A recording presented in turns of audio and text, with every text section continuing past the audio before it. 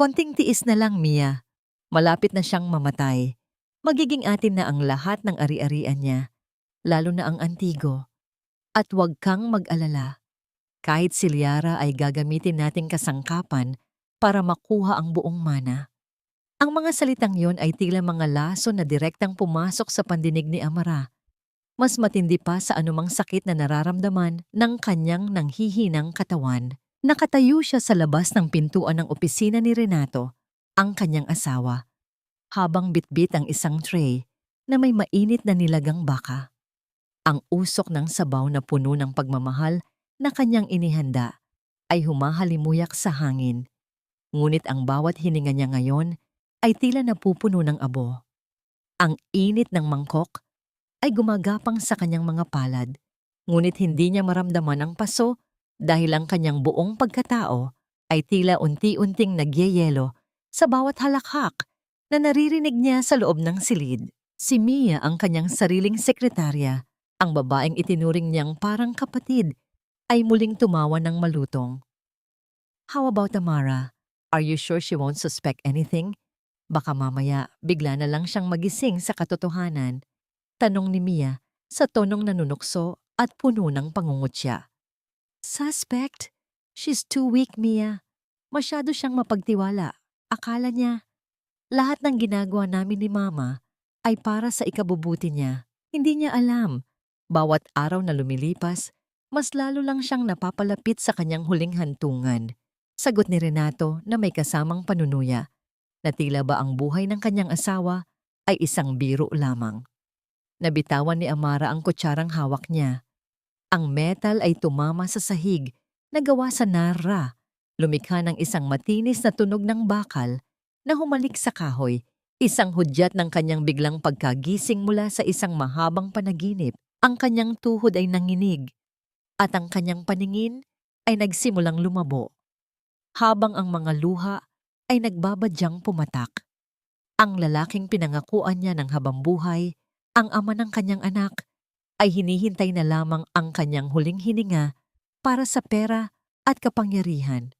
Ang kanyang puso ay tila isang antigong florera na nahulog mula sa mataas na altar, nagkandabasag-basag sa libu-libong piraso na hindi na kailanman mabubuo muli. Mabilis siyang tumalikod at naglakad palayo. Pilit na hindi tinitingnan ang pamilyar na mga sulok ng kanilang tahanan sa vegan na ngayoy tila naging isang malaking libingan sa kanyang paningin. Bawat hakbang ay tila isang parusa sa kanyang katawan na tila tinatraidor na rin siya.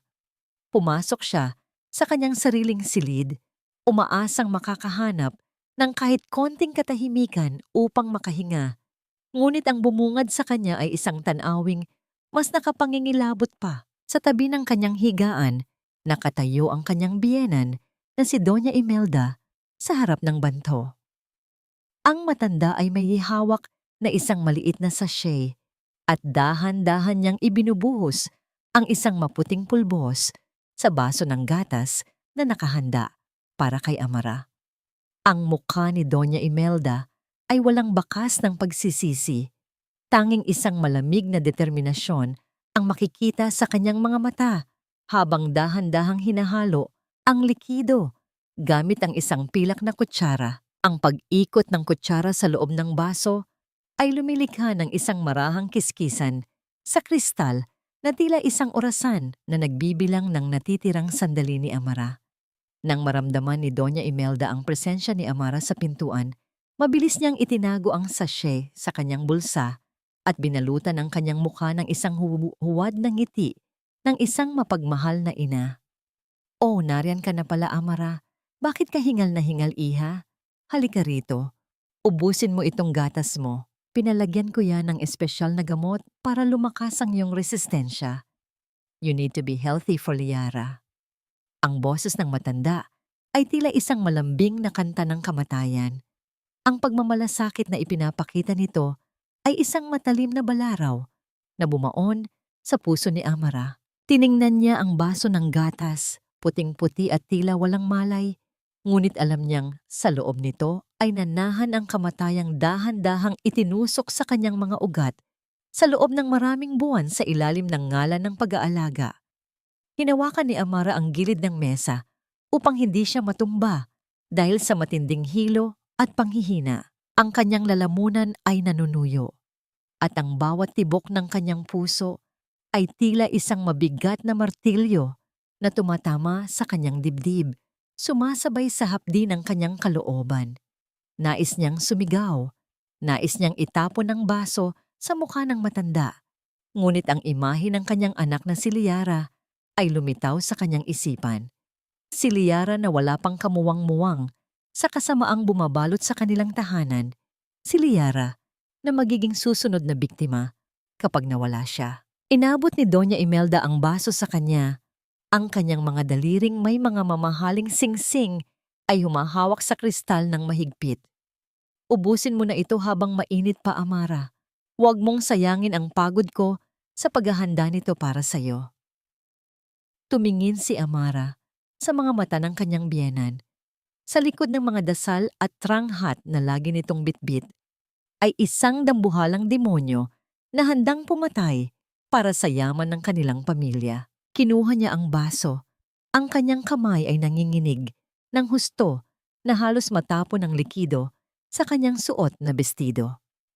Ang bawat hibla ng kanyang pagkatao ay sumisigaw ng pagtakas, ngunit ang kanyang mga paa ay tila nakabaon sa sahig ng silid na ito na naging kulungan ng kanyang kaligayahan. Inilapit niya ang baso sa kanyang labi. Ang amoy ng gatas ay humahalo sa amoy ng kanyang sariling takot. Ang kanyang isipan ay lumipad sa mga alaala ng kanyang ama, sa sining ng pag-restore ng mga lumang kagamitan na sira-sira na. Ngayon, napagtanto niya na ang pinakamahirap na bagay na kailangang i-restore ay hindi ang kahoy o ang pilak, kundi ang isang buhay na winasak ng mga taong pinagkatiwalaan niya ng kanyang buong kaluluwa. Ibaba ko ba ito o lulunukin ko ang kamatayang inaalok nila nang may kasamang nangiti? Tanong niya sa kanyang sarili habang ang malamig na pawis ay gumagapang sa kanyang likuran. Sa gitna ng katahimikan ng silid, ang taming maririnig ay ang mabigat at gapi na paghinga ni Amara, habang si Doña Imelda ay nakatingin lamang sa kanya ng diretso, naghihintay na makita ang unang patak ng lason na dadaan sa kanyang lalamunan upang tapusin ang lahat ng kanyang paghihirap. Ang bawat patak ng puting likido sa loob ng baso ay tila isang malupit na banta sa buhay ni Amara. Ngunit sa ilalim ng mapanuring mata ni Doña Imelda, wala siyang ibang pagpipilian kundi ang magkunwari. Itinaas niya ang baso. Ang kanyang kamay ay nanginginig pa rin, ngunit pilit niyang pinatatag ang kanyang diwa.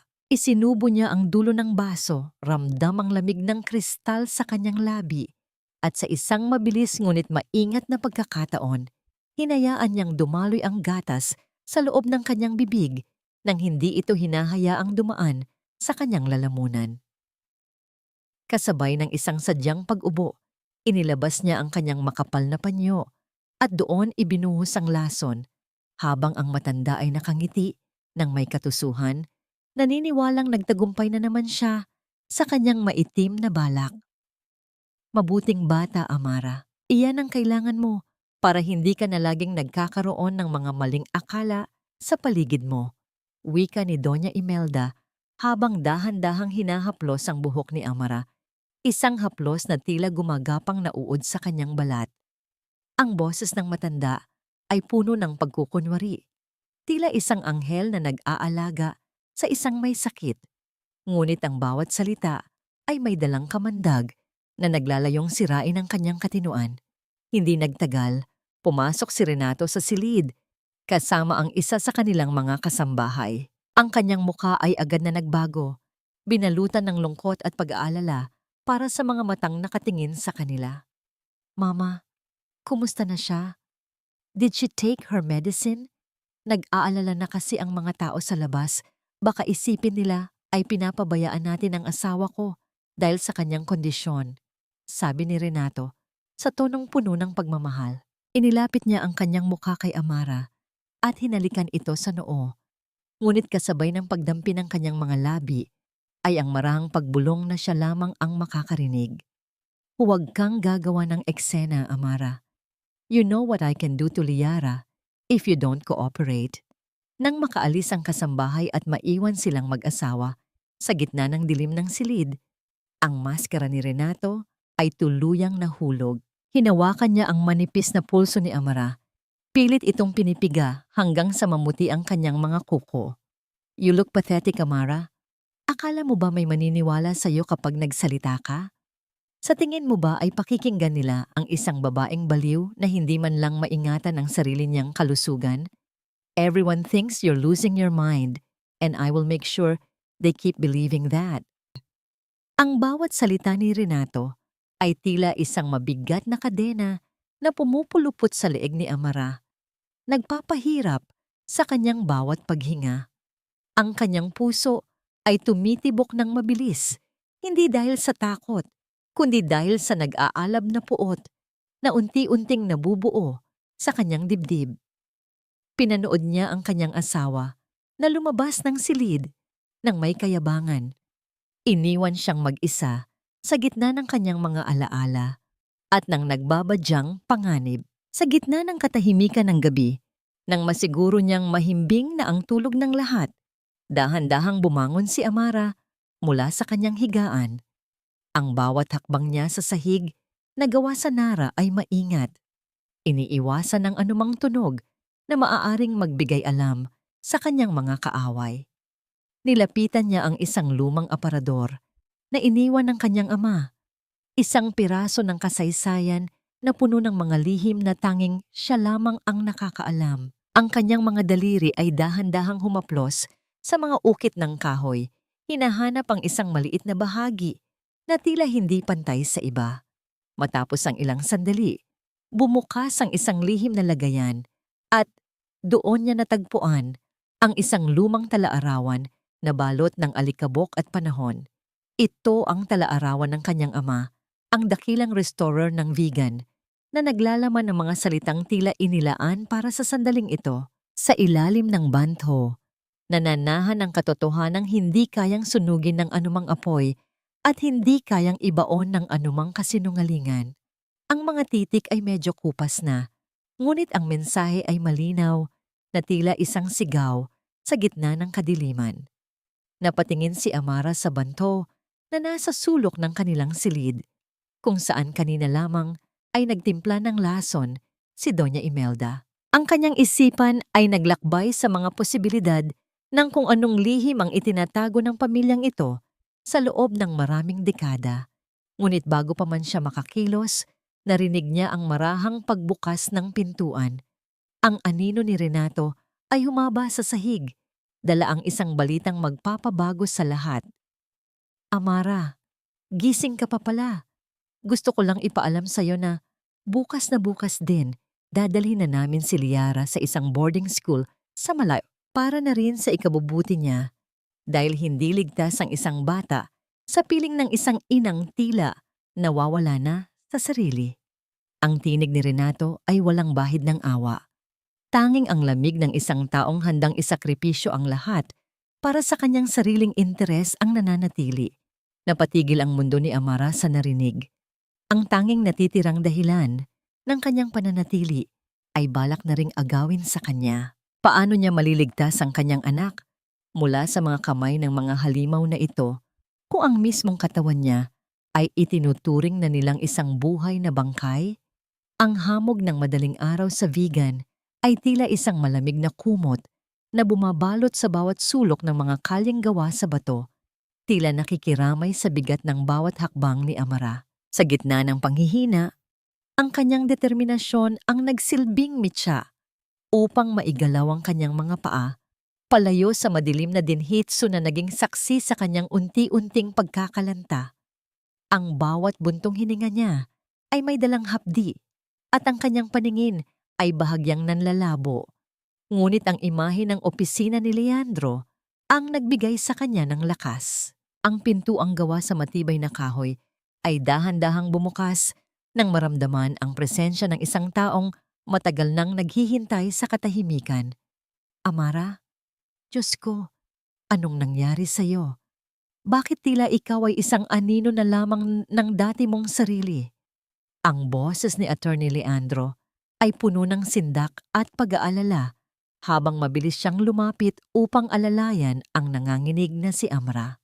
Inalalayan niya itong maupo sa malambot na silya habang ang kanyang mga mata ay hindi maalis sa maputlang mukha ng babaeng matagal na niyang iniibig mula sa malayo. Hindi agad nakapagsalita si Amara. Ang kanyang lalamunan ay tila punong-puno ng tuyong buhangin. Inabot ni Leandro ang kanyang mga kamay upang bigyan siya ng init at doon ay napansin ng abogado ang isang nakapangingilabot na senyales. Dahan-dahang itinaas ni Leandro ang mga daliri ni Amara. Sinuri ang bawat kuko nito sa ilalim ng liwanag ng lampara. Ang mga puting guhit na ito, ang Mrs. Lines, Amara, hindi ito simpleng sakit ng ulo o pagkapagod. Mayroong dahan-dahang naglalagay ng lason sa iyong katawan. It's arsenic, Amara. I'm almost sure of it. Ang katotohanan, bagaman alam na ni Amara, ay tila isang malamig na tubig na ibinuhos sa kanyang buong pagkatao nang marinig ito mula sa isang eksperto. I knew it, Leandro. I saw Doña Imelda. I heard Renato. They want me gone. Gusto nilang kunin ang Antigo at pati ang anak ko. Ang kanyang boses ay nanginginig. Bawat salita ay may kalakip na hikbi na pilit niyang pinipigilan sa loob ng kanyang dibdib. Huminga ng malalim si Leandro. Ang kanyang mukha ay nagdilim sa galit na pilit niyang kinokontrol. Hindi ito ang unang pagkakataon na may nangyaring ganito sa pamilyang yon, Amara. Noong bata pa ako, narinig ko ang mga bulong-bulungan tungkol kay Dalia, ang unang asawa ng ama ni Renato. Namatay siya sa parehong paraan, mabilis na panghihina, mga kumbulskon hanggang sa malagutan ng hininga. At alam mo ba kung sino ang nagsilbing tagapag-alaga niya noon? Si Imelda. She was just a servant then, isang katulong na naging asawa sa pamamagitan ng panlilinlang at marahil ng dugo. Ang pagkatao ni Doña Imelda ay tila isang madilim na puzzle na unti-unting nabubuo sa isipan ni Amara. Ang babaeng sungdaw na lagi ng may dalang tranghat ay isa palang dalubhasa sa pagkitil ng buhay upang makuha ang kapangyarihan. So she's doing it again. Gagamitin niya ang parehong taktika para ubusin ang pamilya ko. Bulong ni Amara habang ang kanyang mga luha ay tuluyan ng pumatak. Basang-basa ang kanyang mga pisngi na tila mga dahong nalanta sa gitna ng bagyo. Dahan-dahang hinawakan ni Leandro ang magkabilang kamay ni Amara. Pinagsalikop ang kanilang mga daliri sa isang paraang puno ng pangako at proteksyon. Ramdam ni Amara ang init mula sa mga palad ni Leandro. Isang init na matagal na niyang hindi nararamdaman sa piling ni Renato. Makinig ka sa akin, Amara. Hindi ka mag-isa sa laban na ito. I will not let them hurt you anymore. Ako ang magiging sandigan mo. Ako ang magiging boses mo sa harap ng batas. Bubuhayin natin ang hustisya para sa'yo at para kay Liara. Sa sandaling iyon, ang takot sa puso ni Amara ay bahagyang nahalinhan ng isang pakiramdam ng kaligtasan. Ang pagtitig ni Leandro ay puno ng katapatan, isang uri ng pag-ibig na walang hinihinging kapalit kundi ang kanyang kaligtasan. Gayunpaman, ang kanilang sandali ng pag-asa ay tila isang mabuhay na kandila sa gitna ng malakas na hangin. Nang ihatid ni Leandro si Amara malapit sa gate ng Dinhitsu gamit ang isang hindi pamilyar na sasakyan upang hindi sila mapansin, maingat na bumaba si Amara habang ang langit ay nagsisimula ng magkulay kahel. Ngunit bago pa man siya makapasok sa loob ng bakuran, isang anino ang humarang sa kanyang daraanan. Nakatayo roon si Mia, ang kanyang pulang labi ay nakakurba sa isang mapang-uyam na ngiti habang ang kanyang mga mata ay tila nanunuri. Look who's back! Akala ko ba ay hirap ka nang maglakad, Amara? Pero bakit tila masigla kang bumaba mula sa sasakyan ng isang lalaking hindi ko kilala? Does Renato know about this? O baka naman, habang nagpapanggap kang may sakit dito sa bahay, ay may iba ka na palang pinagkakaabalahan sa labas? Ang boses ni Mia ay puno ng lason. Bawat salita ay tila isang matulis na kuko na naggagasgas sa dangal ni Amara. Humakbang siya ng mas malapit. Ang amoy ng kanyang mamahalin at masangsang na pabango ay humalo sa malamig na hangin ng gabi. Isang amoy na alam ni Amara na binili gamit ang pera ng kanilang pamilya. Napahawak si Amara sa suot niyang shawl, pilit na itinatago ang panginginig ng kanyang mga daliri. Hindi niya inaasahang mabubuking siya ni Mia sa ganito kabilis na pagkakataon. Wala kang alam, Mia, I was just looking for some air. Sagot ni Amara sa isang mahinang tinig, pilit na pinapanatili ang kanyang maskara bilang isang mahinang biktima. Tumawa si Mia ng mapanguyam. Ang kanyang mga mata ay nanunuya habang tinititigan ang bawat kilos ni Amara. Looking for air? O looking for a lover? Isipin mo na lang ang sasabihin ni Renato kapag nalaman niyang ang kanyang baliw na asawa ay nakikipagkita sa ibang lalaki sa gitna ng gabi. You think he will still let you see Liara? I don't think so, Iha. Ang pagbanggit sa pangalan ng kanyang anak ay tila isang saksak sa dibdib ni Amara. Sa kabila ng pag-asang ibinigay ni Leandro, muling bumalik ang takot na baka tuluyan na siyang mailayo sa kanyang kaisa-isang kayamanan. Nanatili siyang nakatayo sa gitna ng dilim habang si Mia ay dahan-dahang lumakad palayo patungo sa loob ng dinhitsu, dala ang isang lihim na maaaring sumira sa lahat ng kanyang plano bago pa man ito magsimula. Naiwang mag-isa si Amara sa ilalim ng malamig na liwanag ng buwan. Ang bawat tibok ng kanyang puso ay tila isang babala. Ang kanyang kaligtasan at ang kanyang pagkakataong makasama si Liara ay nakabitin na ngayon sa isang manipis na sinulid ng banta ni Mia. Sa gitna ng katahimikan ng gabi, tanging ang sarili niyang mabigat na paghinga ang maririnig habang ang isang katanungan ay paulit-ulit na umaalingaw-ngaw sa kanyang isipan. Hanggang kailan niya kayang panindigan ang pagpapanggap na ito bago siya tuluyang lamunin ng mga anino ng kanyang sariling tahanan. Ang init ng sikat ng araw sa Vigan ay hindi sapat upang tunawin ang ginaw na nararamdaman ni Amara sa bawat sandaling kasama niya si Mia sa loob ng sarili niyang tahanan. Sa gitna ng hardin, kung saan ang mga bulaklak ay tila unti-unti ring nalalanta sa bigat ng lihim na itinatago ng pader ng dinhitsu, hinarap ni Mia si Amara nang may kasamang mapang-uyam na tingin. Isang mabilis na pag-indayog ng kamay ni Mia ang tumama sa pisngi ni Amara. Nag-iwan ng isang mainit at namumulang marka sa kanyang maputlang balat. Ang hapdi ay gumuhit sa kanyang mukha, ngunit mas matindi ang hapdi ng insultong kasunod nito. Actually, Amara, you're so pathetic. Akala mo ba malulusutan mo ako? I saw you with that guy. Sabihin mo nga, magkano ka ba niya binili para pagtaksilan mo si Renato? Ang boses ni Mia ay puno ng pagmamalaki. Tila siya ang reyna ng tahanang ito habang dahan-dahang sinusuri ang kanyang mga kuko na sadyang kinulayan ng matingkad na pula. Pinilit ni Amara na tumayo ng tuwid sa kabila ng panghihina ng kanyang mga tuhod.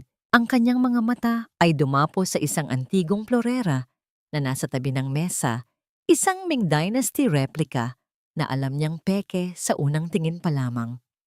You know, Mia, sa mundong kinagisnan ko, we value authenticity.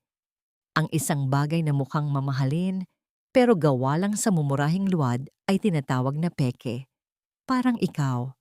You may wear expensive clothes and jewelry, but at the end of the day, isa ka lang replika. Isang pansamantalang palamuti na madaling palitan kapag nagsawa na ang nagmamay-ari.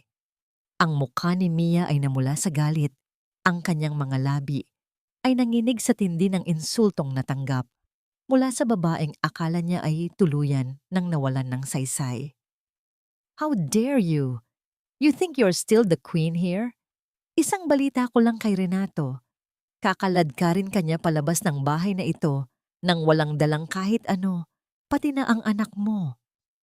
Bago pa man makasagot si Amara, ang anino ni Renato ay lumitaw sa pintuan ng hardin. Ang kanyang presensya ay tila isang malamig na hangin na nagpatahimik sa paligid. Ang bawat hakbang niya sa batong daanan ay maingat at puno ng awtoridad. Lumapit siya kay Amara. Ang kanyang mga mata ay nanunuri at puno ng suspisya. Anong nangyayari rito? Mia said you've been acting weird lately, Amara. At saan ka nanggaling kagabi? I checked your room at wala ka roon. Ang bawat salita ni Renato ay tila isang matulis na sibat na naglalayong butas-butasin ang depensa ni Amara. Ramdam ni Amara ang panginginig ng kanyang buong katawan, hindi dahil sa takot, kundi dahil sa epekto ng takshtin na unti-unti nang nananalaytay sa kanyang mga ugat. Ang kanyang paningin ay nagsimulang maging madilim sa mga gilid at ang bawat tibok ng kanyang puso ay tila isang tambol na nagbibigay ng babala. Alam ni Amara na kailangan niyang gumawa ng paraan upang hindi siya tuluyang madiin sa mga bintang ni Mia. Sa isang mabilis na pagpapasya, hinayaan niyang bumigay ang kanyang mga binti. Ang kanyang katawan ay marahang bumagsak sa damuhan habang ang kanyang mga kamay ay nagsimulang manginig ng hindi kontrolado. Ang kanyang mga mata ay tumirik ng bahagya, isang eksenang madalas niyang maranasan dahil sa lason. Ngunit ngayon ay sadyang pinalala niya upang magsilbing proteksyon. Renato, help! I can't breathe! Ang pilit na bulong ni Amara habang ang kanyang katawan ay tila kinakapos ng hangin. Ang bawat paghabol niya sa hininga ay lumilikha ng isang mabigat na tunog sa kanyang dibdib, sapat na upang matigilan si Renato at mabalot ng pag-aalinlangan ang mukha nito. Mabilis na lumapit si Renato at binuhat si Amara. Ang kanyang mukha ay nagpakita ng isang huwad na pag-aalala para sa mga kasambahay na nagsisimula ng mag-usisa. Amara, Mama, tawagan niyo ang doktor. Inaatake na naman siya. Ang sigaw ni Renato habang nagmamadaling ipasok si Amara sa loob ng bahay. Si Mia ay naiwang nakatayo sa hardin. Ang kanyang mukha ay puno ng inis dahil muli na namang nakatakas ang kanyang biktima mula sa kanyang mga kamay. Habang nakahiga sa kanyang kama at nagpapanggap na walang malay, naramdaman ni Amara ang dahan-dahang pag-alis ni Renato sa silid. Sa gitna ng katahimikan, tanging ang sarili niyang mahinang paghinga ang maririnig. Sa kabilang dako ng vegan, si Leandro ay abala sa pag-aayos ng mga sample ng pagkain na nakuha ni Amara, handa nang ipadala sa isang lihim na laboratorio upang kumpirmahin ang katotohanang papatay sa kasinungalingan ng mga Ortega. Ang bawat segundo ay tila isang pahayasa ng paghihintay.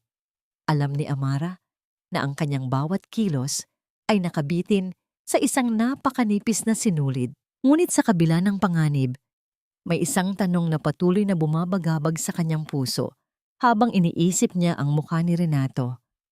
Hanggang saan ang kayang gawin ng isang tao para sa yaman bago niya tuluyang makalimutan ang mukha ng babaeng minsan niyang ipinangako na mamahalinhang hanggang sa kabilang buhay. Ang kanyang mga mata ay nanatiling nakapikit, ngunit ang kanyang pandinig ay tila naging mas matalas sa gitna ng kadiliman.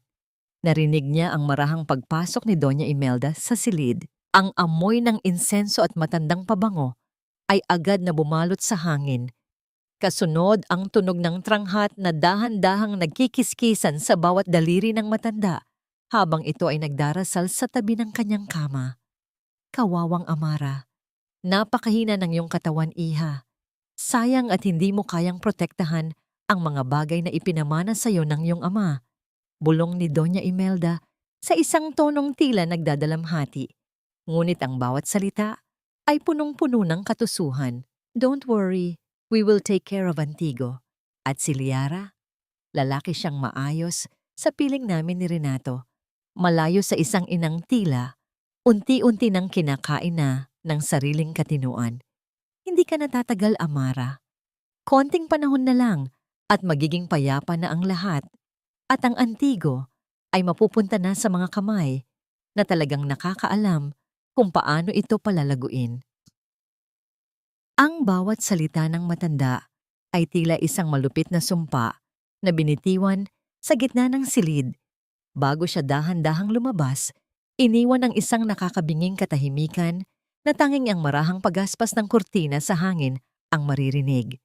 Nang masiguro ni Amara na wala na ang kanyang biyenan, dahan-dahan niyang iminulat ang kanyang mga mata. Ang kanyang mga kuko ay binaon niya sa kanyang sariling mga palad hanggang sa maramdaman niya ang isang paraan upang manatiling gising at hindi tuluyang lamunin ng panghihina ng kanyang katawan. Ang bawat bahagi ng kanyang pagkatao ay naghihimagsik. Ang kanyang tahanan, na dapat sana ay isang santuwaryo ng pag-ibig, ay naging isang madilim na teatro kung saan ang lahat ay may suot na maskara. Samantala, sa isang malayong bahagi ng bayan, si Leandro ay hindi mapakali sa loob ng kanyang opisina. Ang tanging liwanag na nagmumula sa kanyang lamesa ay ang malamlam na ilaw ng isang lampara habang hinihintay ang tawag mula sa kanyang kakilalang doktor sa Maynila.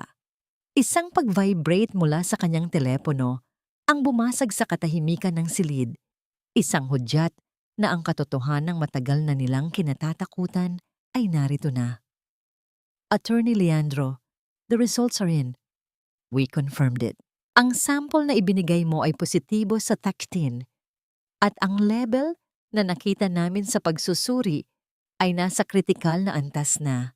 It's a red alert. If she continues to ingest even a small amount, her organs will start to fail soon. In short, Amara is living on borrowed time. Ang seryosong pahayag ng doktor sa kabilang linya.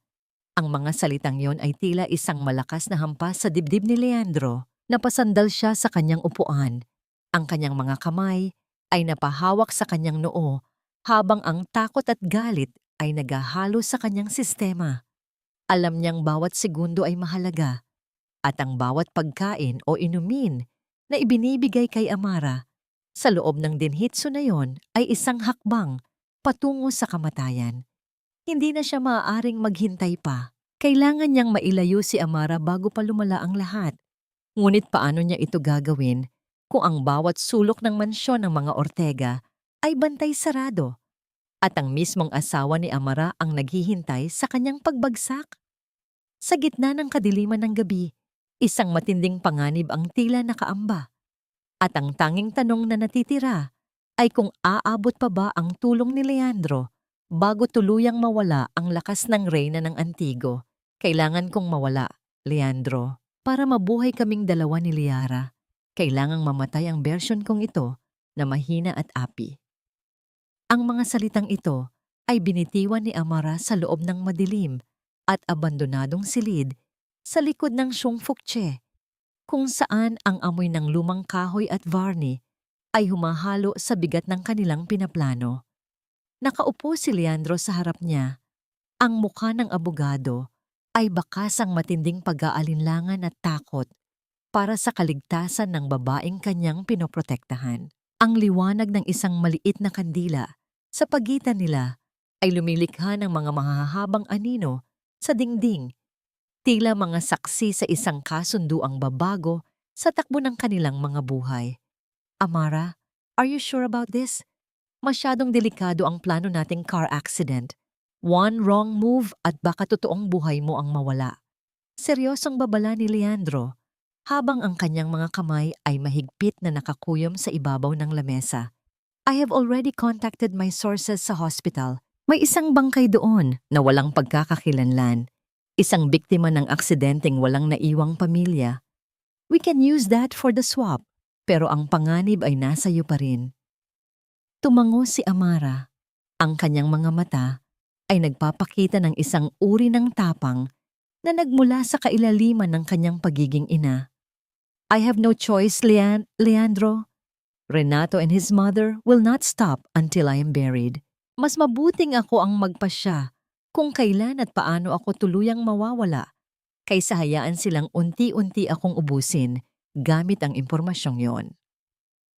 Ang kanyang boses ay hindi nanginig, bagaman ang kanyang puso ay tila isang ibon na nagpupumiglas sa loob ng kanyang dibdib.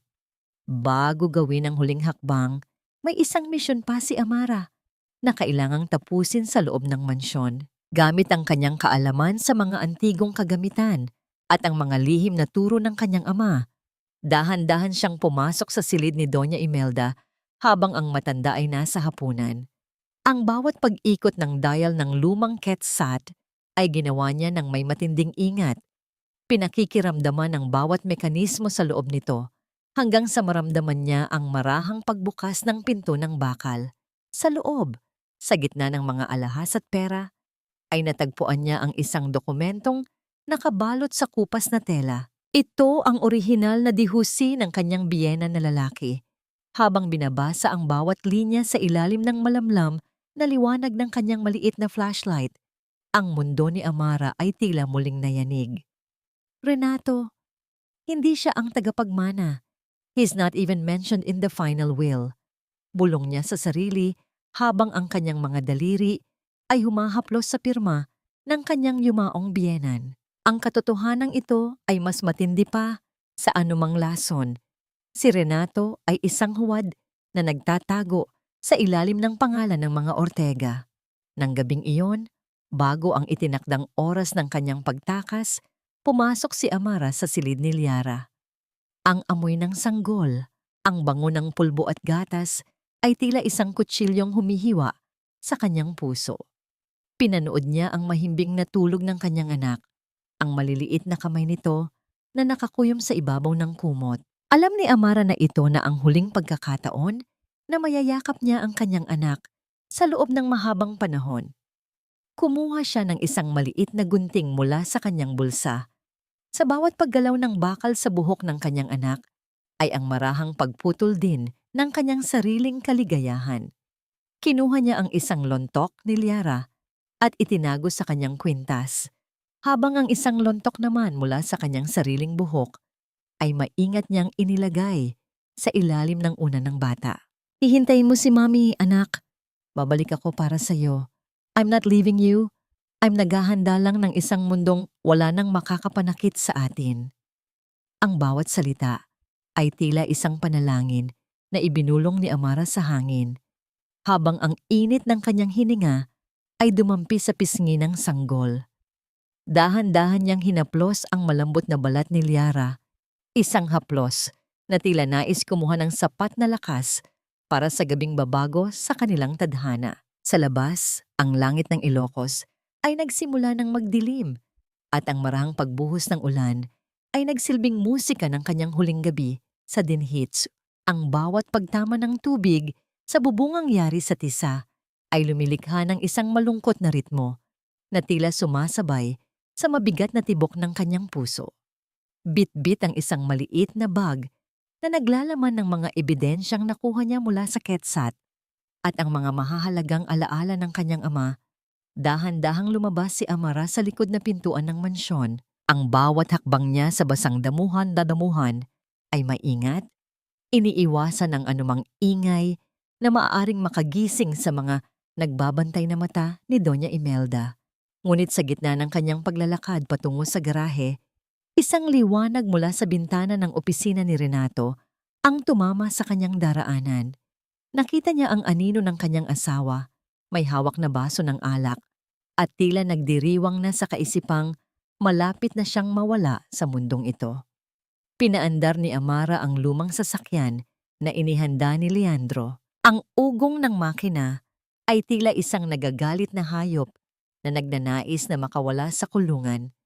Sa bawat pag-ikot ng gulong sa kalsadang patungo sa Vatda, Ilocos, ay ang marahang paglayurin niya sa buhay na puno ng kasinungalingan. Sa likuran, napansin niya ang isang pares ng mga ilaw na mabilis na sumusunod sa kanya. Ito ay si Renato. Ang kasakiman nito ay hindi makapaghintay sa lason.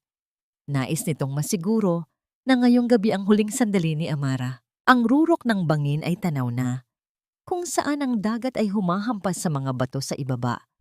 Lumilikha ng mga puting bula na tila mga kamay na nagnanais na humila sa sinumang lalapit. Ang bawat patak ng ulan sa windshield ay tila mga luha ng langit para sa kanyang sakripisyo. Sa takdang distansya, nakita ni Amara ang signal mula kay Leandro, isang mabilis na pagpatay at pagbukas ng ilaw mula sa isang nakaparadang sasakyan sa gilid ng kalsada. Huminga ng malalim si Amara. Binitiwan ang manibela sa tamang sandali at tumalon palabas ng sasakyan bago ito tuluyang bumulusok sa madilim na kailaliman. Ang kanyang katawan ay gumulong sa matigas at basang lupa. Ramdam ang bawat hapdi ng gasgas sa kanyang balat. Ngunit ang kanyang mga mata ay nanatiling nakatitig sa sasakyang nahulog. Ang tunog ng pagtama ng bakal sa matatalas na bato sa ibaba ay tila isang malakas na hudyat ng pagtatapos. Isang pagsabog ng apoy ang sumiklab, nagbibigay ng panandaliang liwanag sa gitna ng madilim na gabi. Tila isang huling hininga ng isang buhay na tapos na. Mula sa itaas ng bangin, nakatayo si Renato. Ang kanyang mukha ay nababalutan ng isang malupit na ngiti habang pinapanood ang naglalagablab na apoy sa ibaba. Hindi niya alam na sa likod ng mga madidilim na puno, si Amara ay nakatayo, sugatan at nanginginig sa lamig. Ngunit may isang bagong apoy na nagliliyab sa kanyang mga mata. Ang apoy ng paghihiganti at ang matinding pagnanais na mabuong muli. Tumalikod na si Renato. Naniniwalang ang lahat ng hadlang sa kanyang yaman ay naging abo na. Sa gitna ng katahimikan ng gabi, naiwan si Amara na nakatingin sa dagat. Ang kanyang dating buhay ay namatay na sa bangin na yon. Ngunit sa bawat patak ng ulan at bawat hampas ng alon ay ang pangako ng isang reynang muling babangon mula sa sarili niyang mga labi. Ngunit sa gitna ng kanyang tagumpay sa pagtakas, isang tanong ang nanatiling nakasabit sa kanyang isipan habang nakatitig sa apoy. Mayroon pa nga ba siyang babalikang tahanan kung ang lahat ng alaala ni Liara ay unti-unti nang buburahin ng mga Ortega? Ang usok mula sa naglalagablab na sasakyan sa ilalim ng bangin ay dahan-dahang humahalo sa makapal na fog ng Ilocos, tila isang madilim na hininga na nagmumula sa kailaliman ng dagat. Sa itaas ng talampas, nakatayo si Renato habang ang ulan ay patuloy na bumabagsak sa kanyang mukha. Hinuhugasan ang anumang bahid ng dumi, ngunit hindi ang itim na balak sa kanyang puso. Ang kanyang mga mata ay nananatiling nakatitig sa apoy sa ibaba. Ang mapulang liwanag ay sumasalamin sa kanyang mga balintataw. Isang tanawin na tila isang sining para sa isang taong wala ng konsensya. Ang tanging maririnig sa paligid ay ang malakas na paghampas ng mga alon sa matatalas na bato at ang marahang paglangit-ngit ng mga puno sa ilalim ng mabangis na hangin, mga tunog na tila nagbubunyi sa isang kamatayang kanyang pinakaasam. Walang anumang bakas ng pagsisisi sa mukha ni Renato. Sa halip, isang marahang pagkurba ng kanyang mga labi ang makikita, isang ekspresyon ng tagumpay na tila ba ang kanyang asawa ay isa lamang lumang gamit na sa wakas ay naitapon na sa basurahan. Sa wakas, Amara, tapos na ang paghihirap mo at ang pagsisimula ng aking kalayaan. Bulong niya sa hangin bago dahan-dahang tumalikod at naglakad patungo sa kanyang sasakyan. Ang bawat hakbang niya sa basang kalsada ay puno ng kayabangan. Ang kanyang anino ay unti-unting nilalamon ng kadiliman ng gabi. Sa kabilang dako, sa likod ng malalaking bato at makakapal na damuhan, isang katawan ang nakadapa at nanginginig sa lamig. Si Amara ay halos hindi makahinga. Ang bawat hininga niya ay may kasamang hapdi sa kanyang dibdib dahil sa pagkakaumpog sa matitigas na ugat ng puno nang siya ay tumalon. Ang kanyang balat ay tila tinutusok ng libu-libong karayom dahil sa mga gasgas at galos at ang putik na humahalo sa kanyang dugo ay tila isang maruming baluti na nagtatago sa kanyang pagkakakilanlan. Ang bawat tibok ng kanyang puso ay tila isang babala, isang paalaala na siya ay buhay pa sa gitna ng isang mundong naniniwalang siya ay abona. Isang marahang pag-apak sa mga tuyong dahon ang narinig ni Amara. Ang kanyang buong katawan ay nanigas sa takot. Iniisip na baka bumalik si Renato upang tapusin ang hindi nito natapos. Ngunit sa halip na isang malupit na kamay, isang mainit at magaspang na palad ang dumampi sa kanyang Isang mainit at magaspang na palad ang dumampi sa kanyang balikat. Isang haplos na tila may dalang pamilyar na pangako ng kaligtasan. Sa gitna ng dilim, aninag ni Amara ang isang pares ng mga mata na puno ng luha at pag-unawa. Ito si Tia Belen, ang matandang nanilbihan sa kanilang pamilya simula pa noong bata siya, ang piping saksi sa lahat ng dumi at bango ng dinhitso ng mga Ortega. Ang bawat kunot sa mukha ng matanda ay tila isang mapa ng mga lihim na matagal nang ibinaon sa limot, at ang kanyang marahang pagtango ay sapat na upang malaman ni Amara na hindi siya nag-iisa sa gabing ito ng pagtataksil. Dahan-dahang inalalayan ni Tia Belen si Amara na tumayo. Ang bawat paggalaw ng kanilang mga paa sa basang lupa ay maingat at walang nililikhang ingay upang hindi sila mapansin ng sinumang nagmamasid.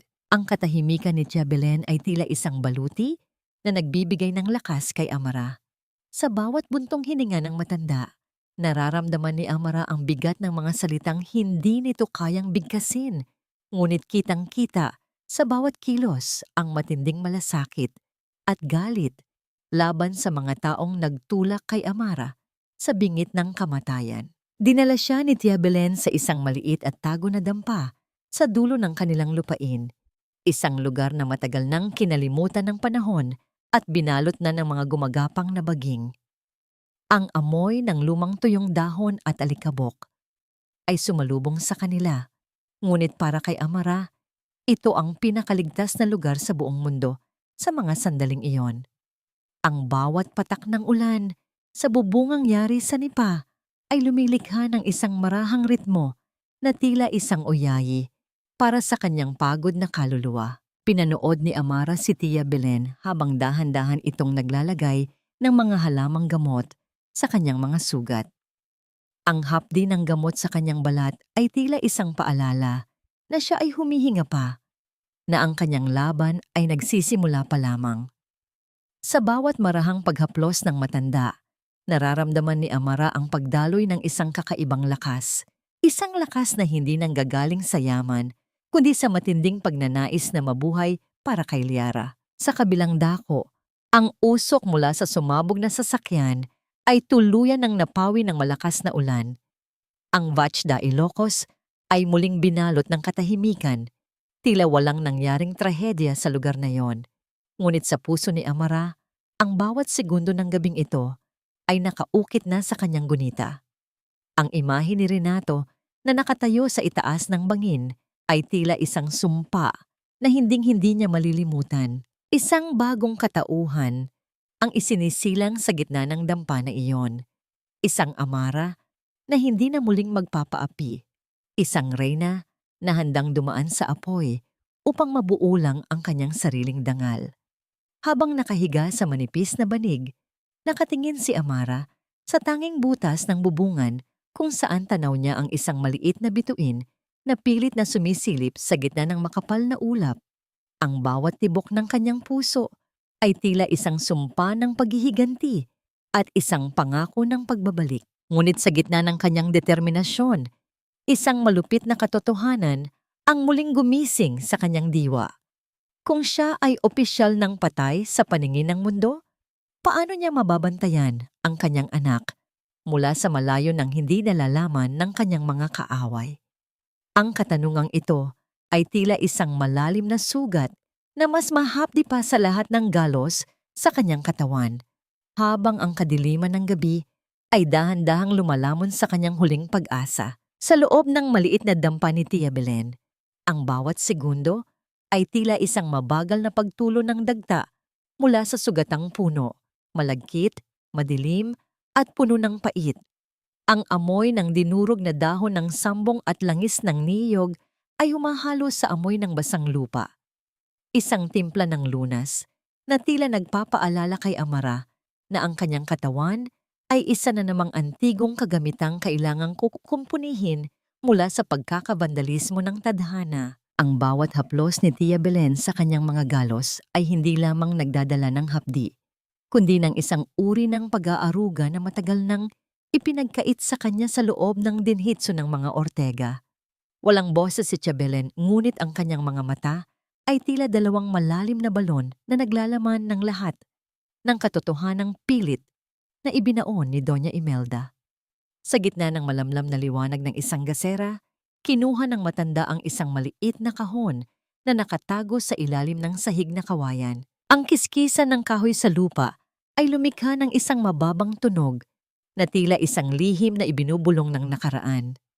Inabot niya kay Amara ang isang kupas na litrato at isang gintong laket na may ukit ng isang pamilyar na bulaklak.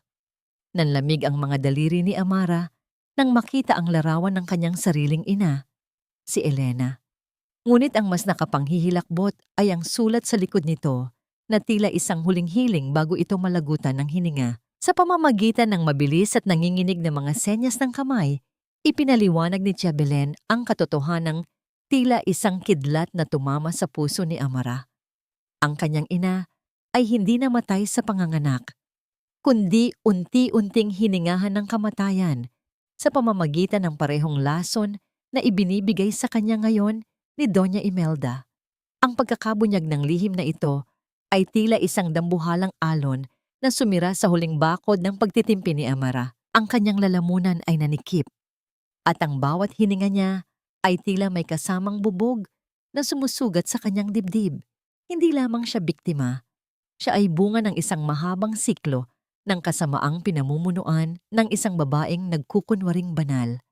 Ang bawat ranghat na hinahawakan ni Doña Imelda ay tila bawat patak ng dugo ng kanyang ina na dumanak sa loob ng mansyong yon. Ang bawat patak ng ulan sa bubungang yari sa nipa ay tila mga luhang hindi mailabas ni Tia Belen, habang ang bawat kidlat na gumuguhit sa langit ay nagsisilbing liwanag sa madilim na katotohanang ngayon lamang nabuksan. Nanatiling nakatitig si Amara sa kupas na larawan ng kanyang ina. Ang kanyang mga daliri ay nanginginig habang hinahaplos ang mukha ni Elena. Ang hapdi sa kanyang puso ay mas matindi pa sa anumang sugat sa kanyang katawan. Ang bawat hininga niya ngayon ay tila punong-puno ng galit na matagal nang naikulong sa ilalim ng kanyang pagtitimpi. Kinuha ni Amara ang isang piraso ng matigas na kahoy mula sa gilid ng dampa, isang piraso ng mulawin na kasing tigas ng kanyang determinasyon. Gamit ang isang maliit na pait na iniabot ni Tia Belen, dahan-dahan niyang inukit ang pangalan ni Liara sa ibabaw ng kahoy. Ang bawat pagbaon ng bakal sa laman ng kahoy ay tila isang sumpa na kanyang binibitawan sa gitna ng kadiliman. Ang pag-alis ng mga maliliit na piraso ng tatal ay tila ang pag-alis din ng lahat ng kanyang kahinaan at pagiging biktima. Siya ay isang restorer, at ang unang bagay na kanyang bubuuin muli ay ang kanyang sariling dangal na dinungisan ng mga Ortega. Sa gitna ng kanyang paggawa, narinig ang marahang pag-aspas ng mga damo sa labas, hudyat ng pagdating ni Leandro. Ang abogado ay pumasok sa dampa na basang-basa.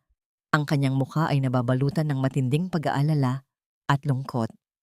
Inilapag niya ang isang dyaryo sa harap ni Amara, kung saan ang unang pahina ay naglalaman ng larawan ng isang sunog na sasakyan at ang headline tungkol sa trahedya sa Vatda, Ilocos. Amara, patay ka na sa paningin ng mundo.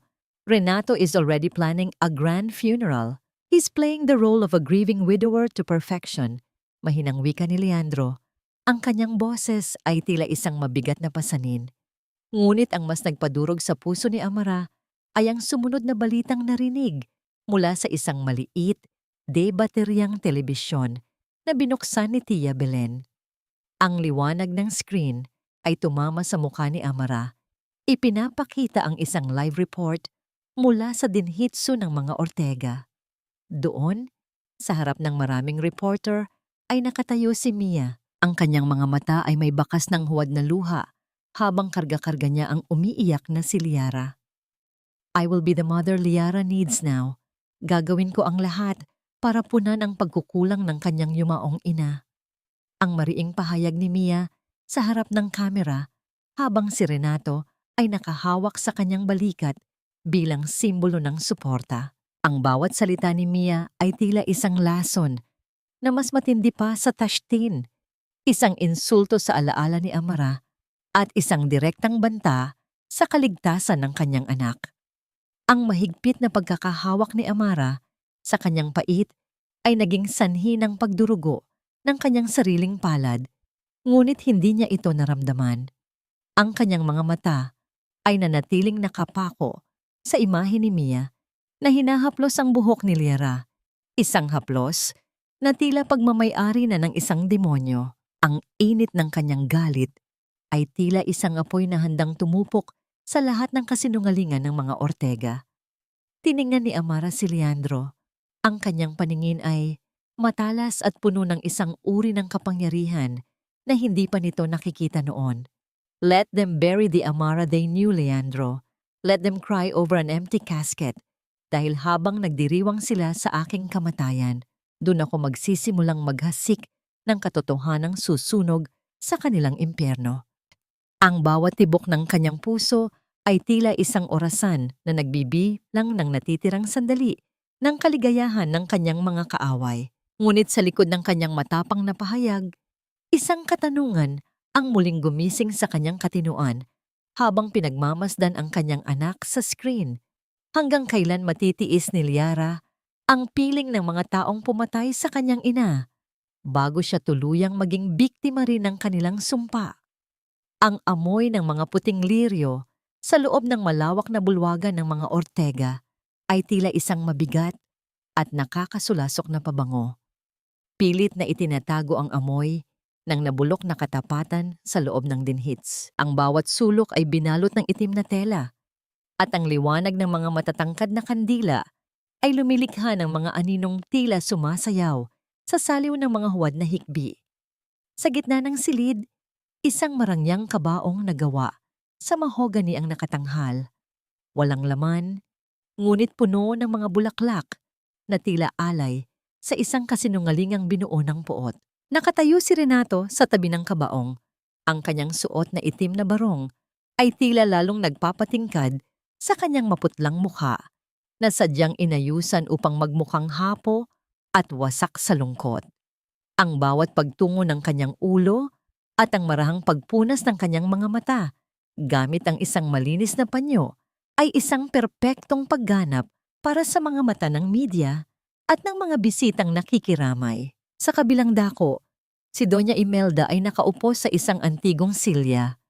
Ang kanyang mga daliri ay walang tigil sa paggalaw sa kanyang tranghat.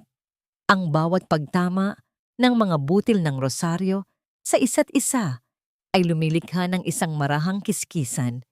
Isang tunog na tila nagbibilang ng bawat sentimong mapapasa kanila ngayong wala na si Amara. Poor Renato. He loved her so much. Bulong ng isang matandang babaeng nakikiramay habang pinagmamasdan ang nagdadalamhating byudo. Hindi nila alam na sa likod ng mga saradong pintuan ng opisina ni Renato, ilang sandali lamang ang nakakalipas, ay isang ibang eksena ang naganap. Sa loob ng silid na yon, kung saan ang amoy ng alak ay humahalo sa amoy ng sigarilyo, nakasandal si Mia sa lamesa ni Renato. Ang kanyang mga mata ay walang bakas ng luha, kundi isang nagniningning na tagumpay. Konting tiis na lang, Hon. Pagkatapos ng libing na ito, wala na tayong kailangang itago. I can finally move in here as the real Mrs. Ortega. Wika ni Mia sa isang tonong puno ng pangaakit habang dahan-dahang inaayos ang kwelyo ni Renato. Huwag kang masyadong halata, Mia. People are watching. Kailangan nating panindigan ang drama na ito hanggang sa mabasa ang huling habilin. Sagot ni Renato habang nilalagok ang huling patak ng kanyang alak. Ang bawat paglunok niya ay tila isang pagdiriwang sa kamatayang kanyang idinikta. Inilapag niya ang kristal na baso sa ibabaw ng lamesa. Ang ilalim ng baso ay lumikha ng isang marahang tunog sa ibabaw ng kahoy bago siya muling nagsuot ng kanyang maskara ng pighati. Sa gitna ng karamihan sa labas, dumating si Attorney Leandro. Ang kanyang presensya ay tila isang malamig na hangin na nagpatahimik sa ilang mga bumubulong. Ang kanyang muka ay seryoso at ang bawat hakbang niya sa makintab na sahig ay puno ng determinasyon. Hindi siya narito upang makiramay. Narito siya bilang isang maninila na naghihintay ng tamang pagkakataon. Nang makita ni Leandro si Renato na lumapit sa buffet table upang uminom ng tubig, maingat siyang sumunod. Pinanood niya ang bawat kilos ng lalaki, ang bawat pagdampi ng labi nito sa baso. Nang iwan ni Renato ang ginamit na baso sa isang maliit na lamesa sa sulok, mabilis na kumilos si Leandro. Gamit ang isang malinis na panyo, kinuha niya ang baso nang hindi iniiwan ang sarili niyang marka. Ang bawat hibla ng tela na bumabalot sa kristal ay tila isang lambat na huhuli sa katotohanan. Ang DNA ni Renato na magpapatunay na siya ay isang malaking pagkakamali sa kasaysayan ng mga Ortega. Attorney Leandro, it's a surprise to see you here. I thought you were too busy with your other cases. Ang mapanuyang boses ni Doña Imelda ang bumasag sa konsentrasyon ni Leandro. Ang matanda ay nakatayo sa kanyang likuran. Ang mga mata nito ay matalas na tila isang lawi na nakakita ng biktima. I wouldn't miss this for the world, Doña Imelda. Amara was a dear friend. Gusto ko lang masiguro na mabibigyan siya ng hustisyang nararapat para sa kanya, kahit sa huling sandali. Seryosong sagot ni Leandro, ang bawat salita ay may dalang babalang tanging ang matanda lamang ang makakaintindi. Ngunit bago pa makasagot ang matanda, isang hindi inaasahang pangyayari ang nagpabago sa daloy ng gabi.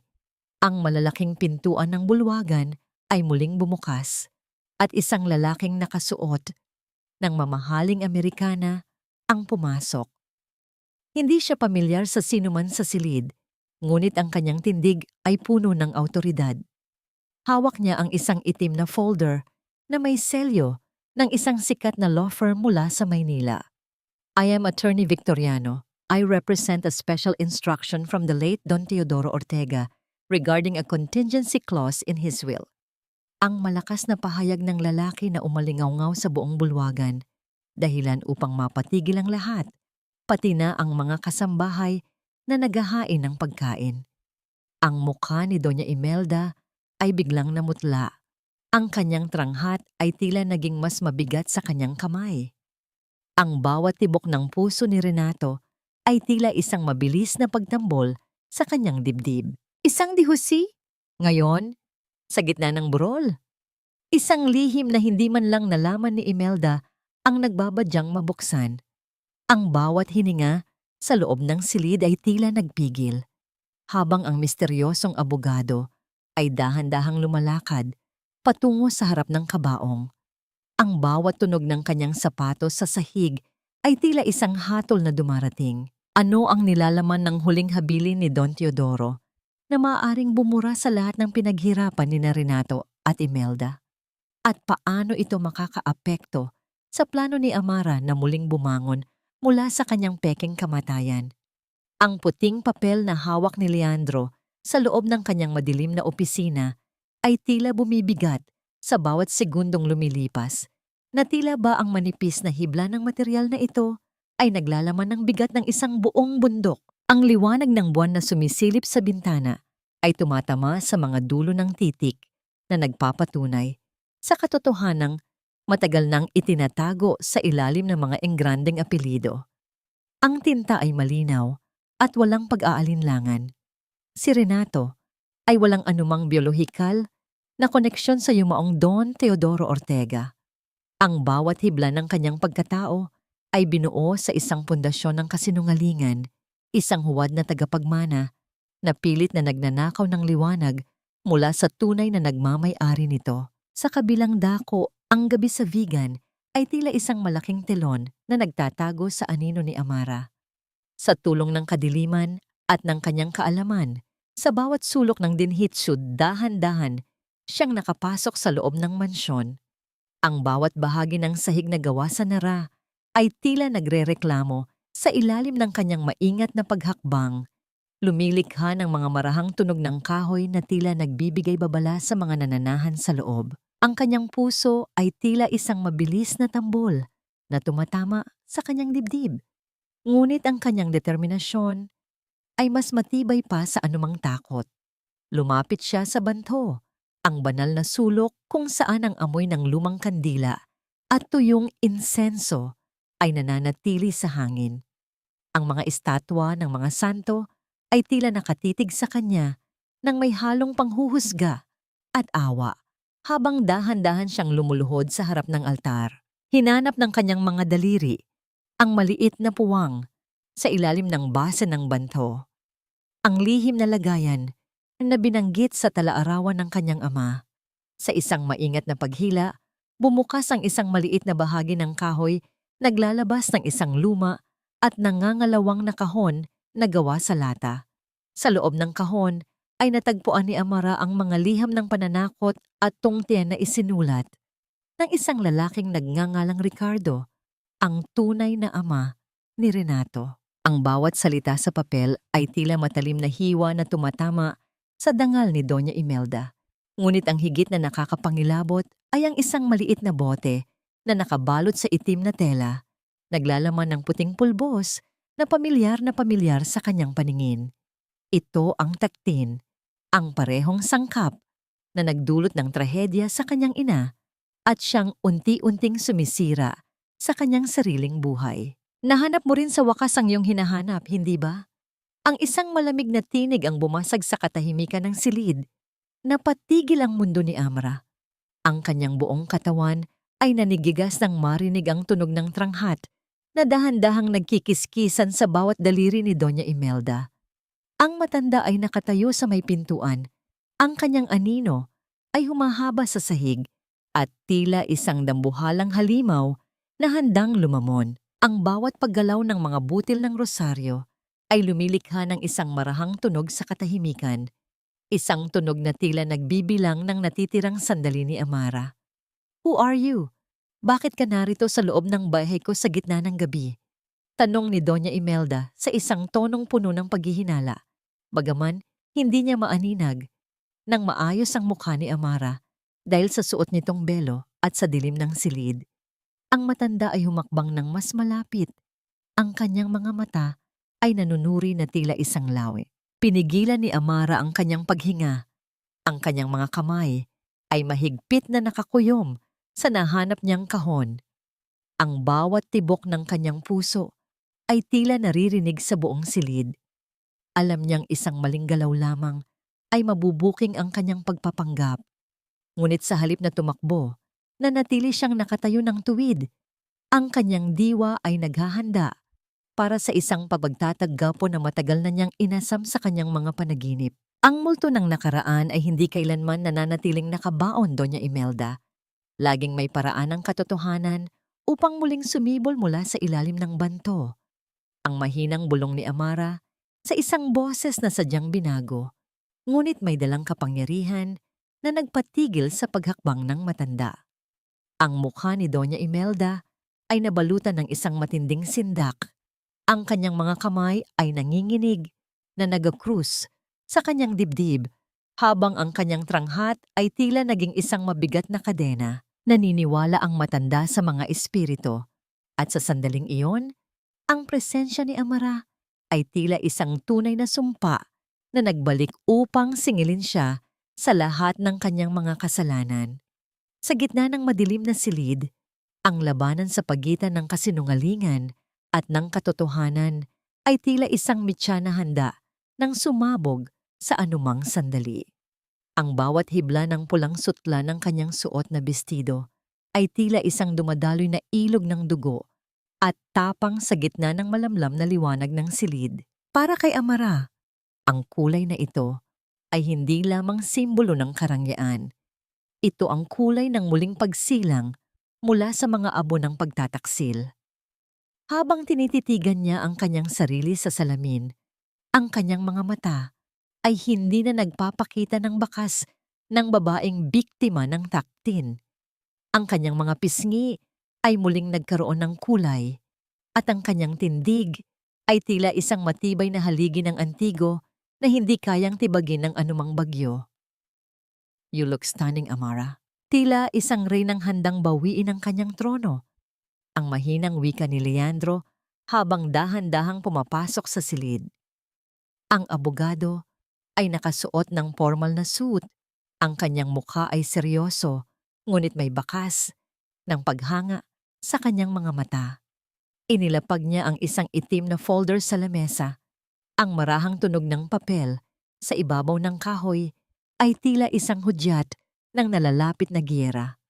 Everything is ready. Ang DNA results, ang arrest warrant para kay Renato at Doña Imelda, at ang mga ebidensyang nakuha mo mula sa bantho. Wala na silang kawala. Dahan-dahang humarap si Amara kay Leandro. Ang bawat paggalaw ng kanyang katawan ay puno ng biyaya at awtoridad. Lumapit siya sa abogado at hinawakan ng kamay nito. Ang init ng kanilang mga palad ay nagbigay ng isang panandaliang kapayapaan sa gitna ng nagbabadyang gulo. Salamat, Leandro. Hindi ko alam kung nasaan ako ngayon kung wala ka. You saved me more than once. I would do it 1,000 times over, Amara. You know that.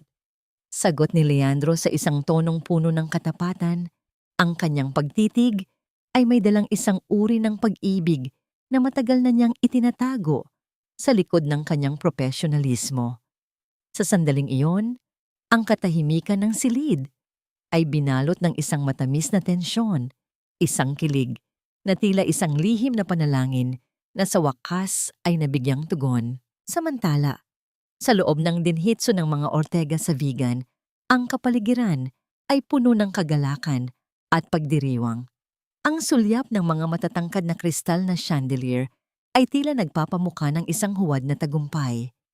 Nakatayo si Renato sa harap ng isang malaking salamin. Inaayos ang kanyang mamahaling barong habang ang kanyang mukha ay nababalutan ng isang mapagmataas na ngiti.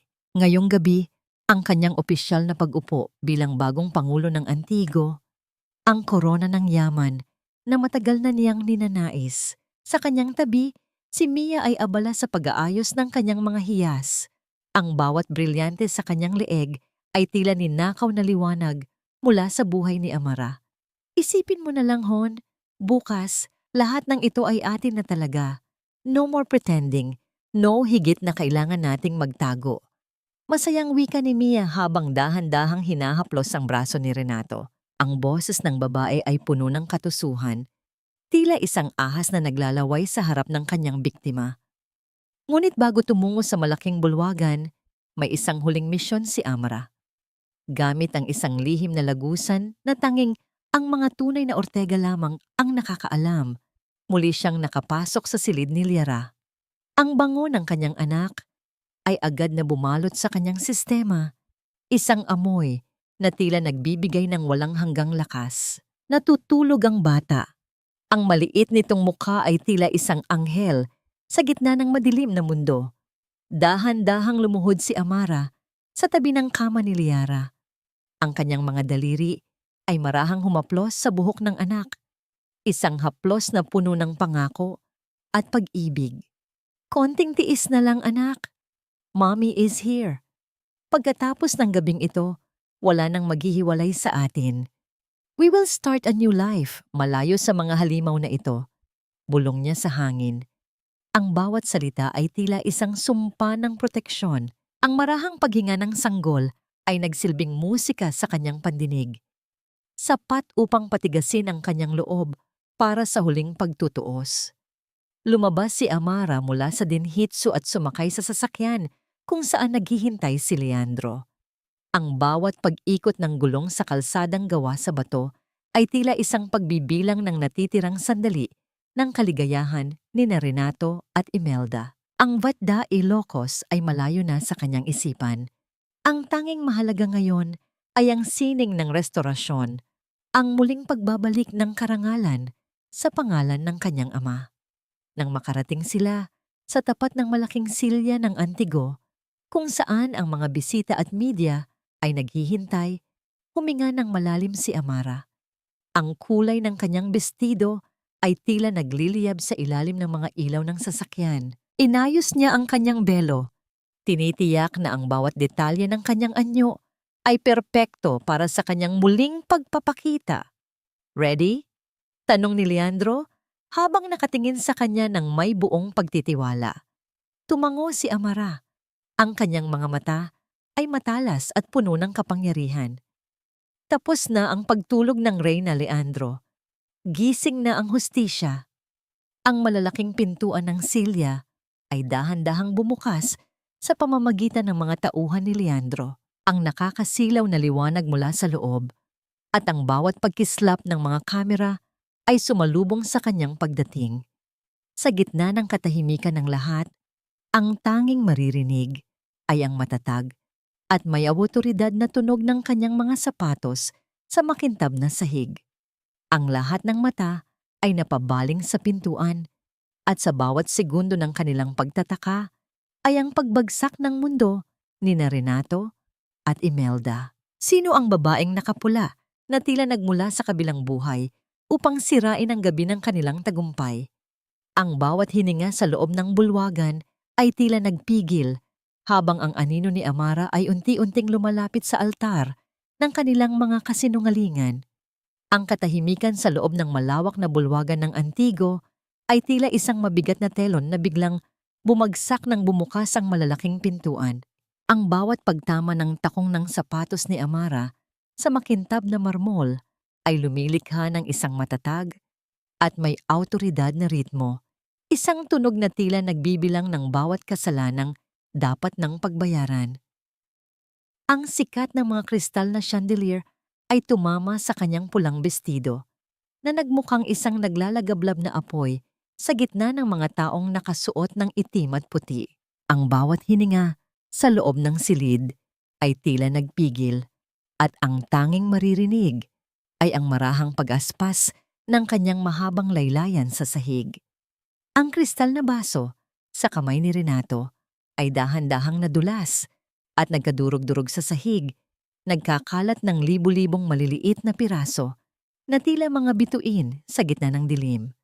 Ang kanyang mukha, na kanina lamang ay puno ng kayabangan, ay biglang nawala ng kulay, tila isang bangkay na muling nabuhay. Sa tabi niya, si Doña Imelda ay napahawak sa kanyang dibdib.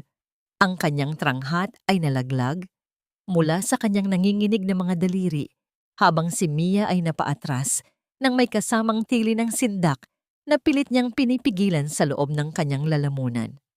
"Amara, you're dead! Patay ka na! I saw the car explode! I saw you fall!" Ang nauutal na sigaw ni Renato, ang kanyang boses ay nanginginig sa tindi ng takot at pagkalito. Ang bawat salita niya ay tila isang pag-amin sa krimeng. Akala niya ay matagumpay niyang naisagawa sa ilalim ng kadiliman ng Ilocos. Isang matalas at mapait na ngangiti ang sumilay sa mga labi ni Amara habang dahan-dahang tinatanggal ang kanyang manipis na belo. Ang kanyang mga mata ay nananatiling nakatitig ng diretso kay Renato. Ang talim ng kanyang paningin ay mas mahapdi pa sa anumang sugat. "Masyado kang nagmamadali, Renato. Akala mo ba ay ganoon lang kadaling burahin ang reyna ng tahanang ito? Ang sining ng restorasyon ay itinuro sa akin ng aking ama. Ang pagbabalik ng liwanag sa mga bagay na pilit na dinungisan ng dumi at anay.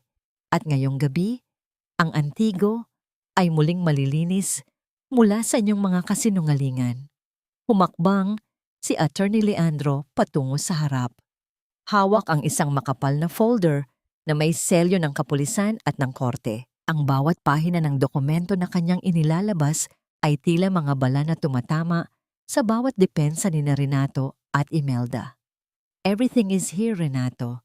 Ang footage mula sa Vasda, ang testimonya ni Tia Belen, at ang pinakamahalaga, ang DNA results na nagpapatunay na hindi ka kailanman naging isang Ortega. You are a fraud, an impostor who built his life on the blood and tears of others." Ang bulungan sa loob ng bulwagan ay tila isang mabilis na pagdaloy ng tubig, puno ng pagkabigla at pagkadismaya ng mga bisitang kanina lamang ay bumabati sa mga kriminal.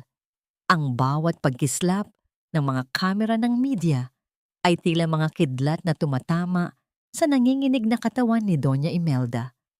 Ang matanda ay tila lumiit sa kanyang kinatatayuan.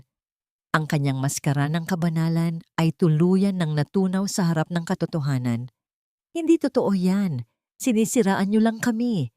Security, ilabas niyo ang mga taong ito." Ang desperadong sigaw ni Doña Imelda, ngunit sa halip ng mga tauhan ng mansyon, Ang mga unipormadong pulis ang pumasok mula sa bawat pintuan. Ang malamig na bakal ng posas ay dahan-dahang nakakapit sa mga pulso ni Renato. Isang tunog ng pagsuko na tila nagtapos sa kanyang mga pangarap ng yaman. Lumapit si Amara kay Renato. Ang distansya sa pagitan nila ay tila naglalaman ng lahat ng taon ng pagtitiis at pait. Inabot niya ang banditsukja na hawak ni Renato at dahan-dahan itong pinunit sa harap ng kanyang muka. Ang bawat piraso ng papel na bumabagsak sa sahig ay tila ang pagbagsak din ng kapangyarihan ng mga Ortega na pilit na ninakaw. Isang malakas na tat ang dumapo sa pisngi ni Renato. Isang tat para sa bawat butil ng touch-tin na ipinakain nito sa kanya, para sa bawat gabing iniyakan niya ang kanyang kaligtasan, at para sa kanyang anak na si Liara. This is for Liara, Renato. At ito naman ay para sa aking ina na pinatay ninyo ni Doña Imelda, wika ni Amara, sa isang tonong puno ng kapangyarihan at determinasyon. Ang bawat salita ay tila isang hatol na hinding-hindi na mababawi. Habang kinakaladkad palabas, sina Renato, Imelda at Mia sa gitna ng kahihiyan at panunumpa ng mga tao, naiwan si Amara sa gitna ng bulwagan. Ang kanyang dibdib ay mabilis na tumataas at bumababa. Ramdam ang bigat ng tagumpay na sa wakas ay nakamit na. Lumapit sa kanya si Leandro at dahan-dahang hinawakan ang kanyang balikat, isang haplos na tila nagsasabing tapos na ang giyera. Tumingin si Amara sa itaas, sa mga chandelier na tila muling nagniningning ng may tunay na liwanag. Ang bawat bahagi ng Antigo ay tila humihinga na ng maluwag, malaya na sa mga aninong pumatay sa kaligayahan ng pamilyang ito. Ngunit sa gitna ng kanyang tagumpay, isang tanong ang nanatiling nakasabit sa kanyang isipan habang pinagmamasdan ang mga piraso ng papel sa sahig. Tapos na nga ba ang lahat? O ito pa lamang ang simula ng isang mas mahabang paglalakbay patungo sa tunay na kapayapaan? Ang sikat ng araw sa Vigan ng umagang iyon ay tila isang dalisay na ginto na humahalik sa mga bintanang tisa ng dinhitso ng mga Ortega. Wala na ang amoy ng mga nakakasulasok na puting liryo at ang bigat ng mga itim na tela sa bawat sulok ng mansyon. Sa halip, ang sariwang hangin na nagmumula sa hardin ay malayang dumadaloy sa loob, dala ang bango ng mga bagong bukad na sampagwita at ang amoy ng basang lupa matapos ang huling ulan ng nagdaang gabi. Ang bawat bahagi ng tahanang ito ay tila humihinga na ng maluwag, malaya na sa mga aninong pilit na pumatay sa kaligayahan ng mga tunay na nagmamay-ari nito. Nakatayo si Amara sa gitna ng Songfukche. Ang kanyang mga daliri ay dahan-dahang humahaplos sa ibabaw ng lamesa ng kanyang ama. Ang bawat ukit sa kahoy, ang bawat bahid ng varni, at ang bawat gasgas sa ibabaw nito ay tila mga titik ng isang kwentong puno ng hirap, ngunit nagtapos sa tagumpay. Hawak niya ang isang maliit na dakgo. Ang kanyang mga kamay ay hindi na nanginginig sa takot o sa lason, kundi puno ng isang uri ng kapayapaan na tanging ang katarungan lamang ang makakapagbigay. Sa labas, ang mga balita tungkol sa pagkakakulong ni Renato at Doña Imelda ay tila isang mabilis na pag-agos ng tubig sa buong bayan. Ang malamig na rehas ng bilangguan ang naging huling hantungan ng kanilang kasakiman. Si Renato, ang lalaking pilit na nagpanggap na isang Ortega, ay nawalan na ng boses at kapangyarihan. Ang tanging natira sa kanya ay ang kahihiyan ng kanyang tunay na pagkakakilanlan. Si Doña Imelda naman ay naiwan sa gitna ng katahimikan ng kanyang selda. Ang kanyang tranghat ay tila naging isang mabigat na pasanin na hindi na kayang magbigay ng kapatawaran sa kanyang mga nagawang krimen. You've finally restored it, Amra. Hindi lang ang Antigo, kundi ang iyong sariling buhay. Ang marahang boses ni Leandro ang bumasag sa kanyang malalim na pag-iisip. Napalingon si Amara at nakita ang abogado na nakasandal sa pintuan. Ang kanyang mukha ay nababalutan ng isang mapayapang ngiti.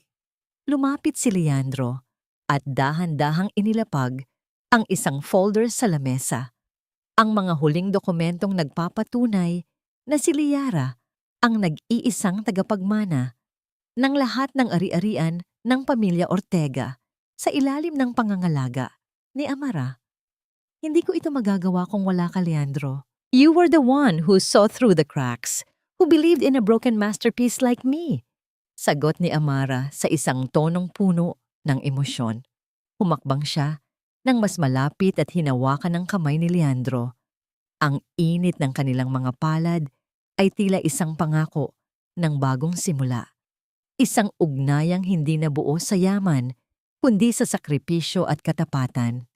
Isang marahang pagtakbo ng maliliit na paa sa sahig na gawa sa naraang narinig nila mula sa pasilyo. Ang pinto ng siyong ay bumukas ng bahagya at pumasok si Liara na may dalang isang maliit na bulaklak mula sa hardin.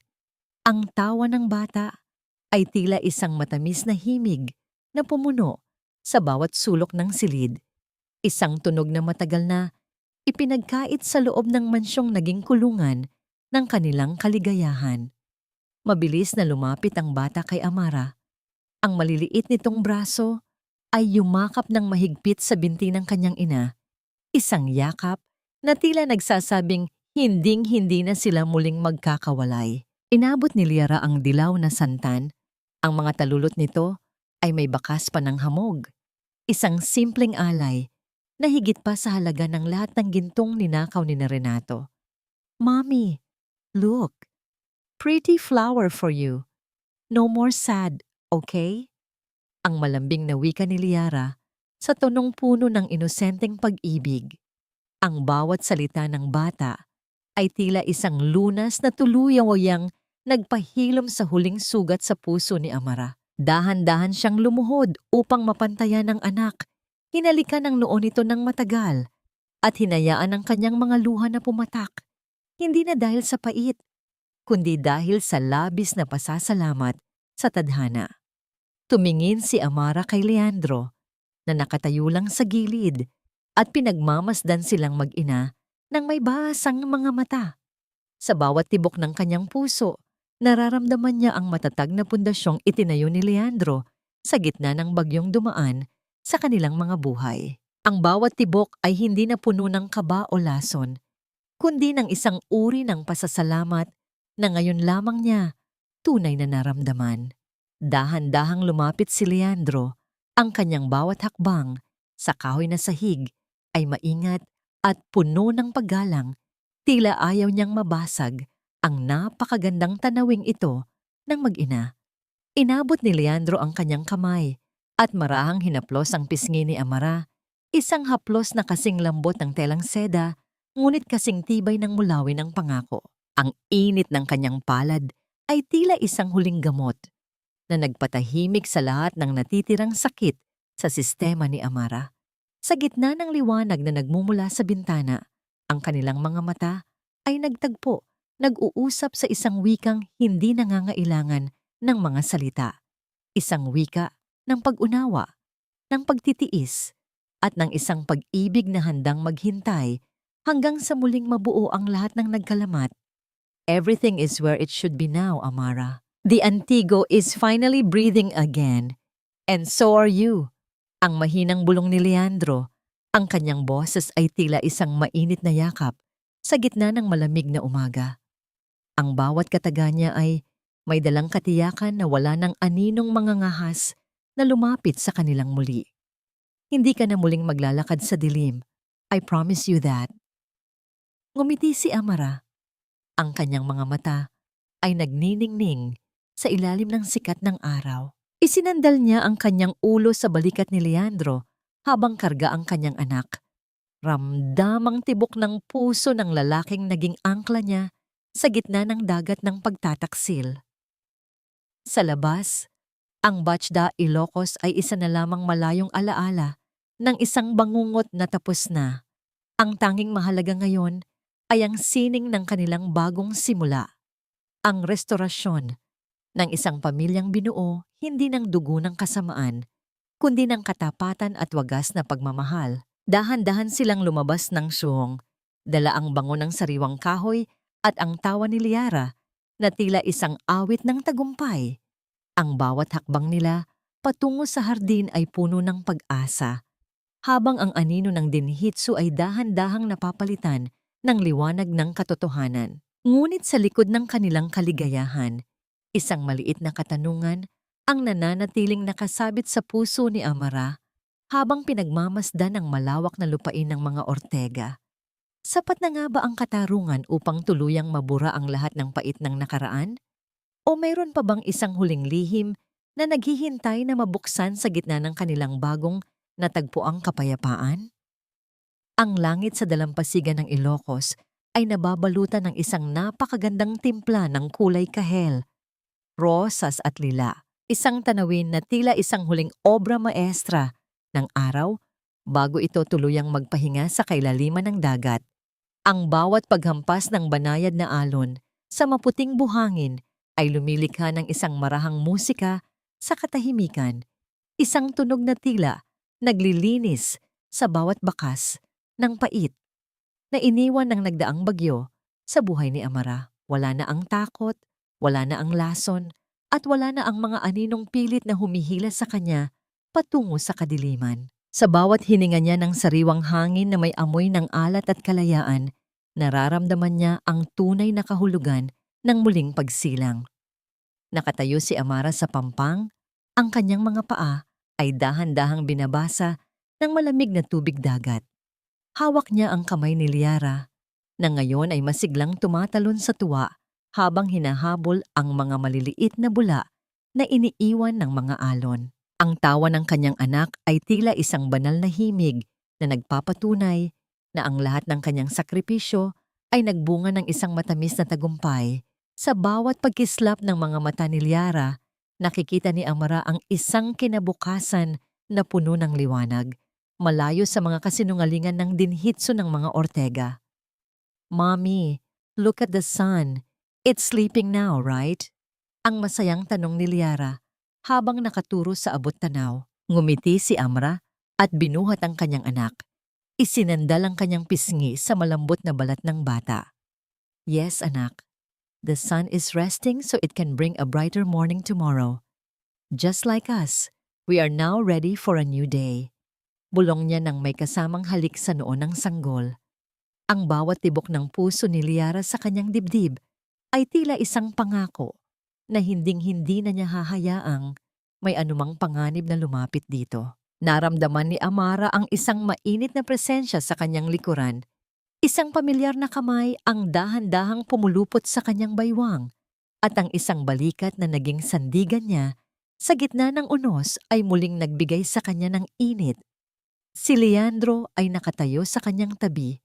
Ang kanyang mga mata ay nagniningning sa ilalim ng huling sinag ng araw habang pinagmamasdan silang mag-ina. Ang bawat paggalaw ng hangin sa kanyang buhok at ang marahang pagdampi ng kanyang labi sa balikat ni Amara ay puno ng isang uri ng pagmamahal na hindi kailangang ipagsigawan upang maramdaman.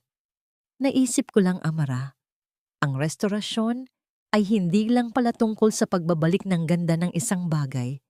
It's about making it even stronger and more beautiful than it was before it got broken. Ang mahinang wika ni Leandro, ang bawat salita ay may dalang lalim ng karanasan at katapatan. "And you, Amara, are the most beautiful restoration I have ever seen." Hinarap ni Amara si Leandro, ang kanyang mga mata ay puno ng pasasalamat at isang uri ng pag-ibig na matagal na niyang kinalimutan.